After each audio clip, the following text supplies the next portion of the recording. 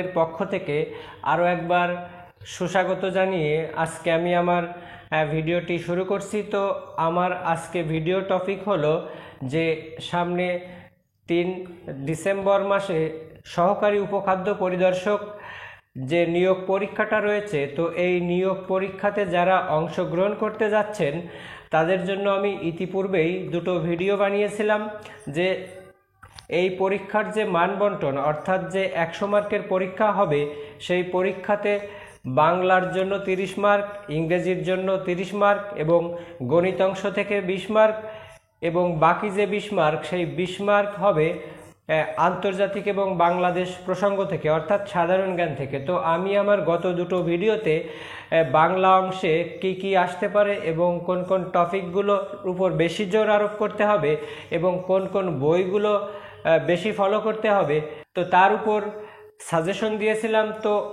অনেকেই আমার ওই দুটো ভিডিওতে কমেন্ট বক্সে আমাকে জানিয়েছেন আমি যেন তাদের জন্য বাংলাদেশ এবং আন্তর্জাতিক বিষয়ের উপর ভিডিও তৈরি করি। তো আমি আসলে এই দুটো দিন আপনাদের জন্য খুবই পরিশ্রম করেছি এবং পরিশ্রম করে আমি দেখেছি যে গত যে পরীক্ষাটা হলো, অর্থাৎ এই যে 19 নভেম্বর উপখাদ্য পরিদর্শকের, তো তার থেকে আমাদের যেই পরীক্ষাটা হবে এটা হলো সহকারী উপখাদ্য পরিদর্শক, অর্থাৎ এর বেতন স্কেলটা হলো আপনার 16তম গ্রেড এবং সার্কুলারে শিক্ষাগত যোগ্যতা ছিল এইচএসসি পাস। তো যেহেতু এটা অনেক আগের সার্কুলার, তো অনেকেই মোটামুটি পড়াশুনোর মধ্যে আছেন, আবার অনেকেই বিভিন্ন জব করেন, পড়াশুনোর সময় পান না।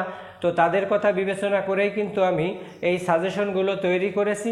তো আজকে আমি আপনাদের কথা রাখার জন্য এই বাংলাদেশ এবং আন্তর্জাতিক প্রসঙ্গ থেকে সাজেশন দিব। তো তার জন্য আমি মোটামুটি যে বিগত সালের কোশ্চেনগুলো, সেই কোশ্চেনগুলো আমি জোগাড় করেছি এবং সেখান থেকে তাত্ত্বিকভাবে বিশ্লেষণ করেছি যে আসলে কোন কোন টপিকের উপর থেকে বারংবার কোশ্চেন এসেছে। তো তেমন কিছু কোশ্চেন আমি আপনাদের পড়ে শোনাবো।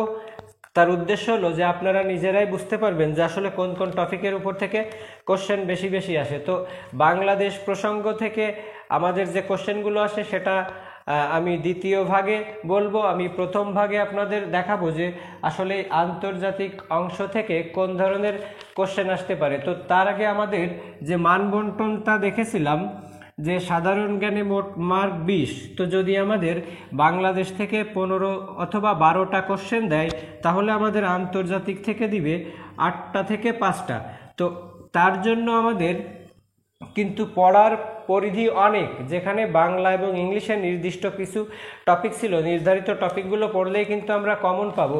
তো সেহেতু এই যে বৃহৎ পরিসরের অংশ, এটা থেকে পড়তে কিন্তু আমাদের হিমশিম খেতে হবে। তো তার জন্য আমি বিগত সালের যে কোশ্চেনগুলো, সেই কোশ্চেনের উপর ভিত্তি করেই কিন্তু আমি সাজেশনটা তৈরি করেছি। তো সেই কোশ্চেন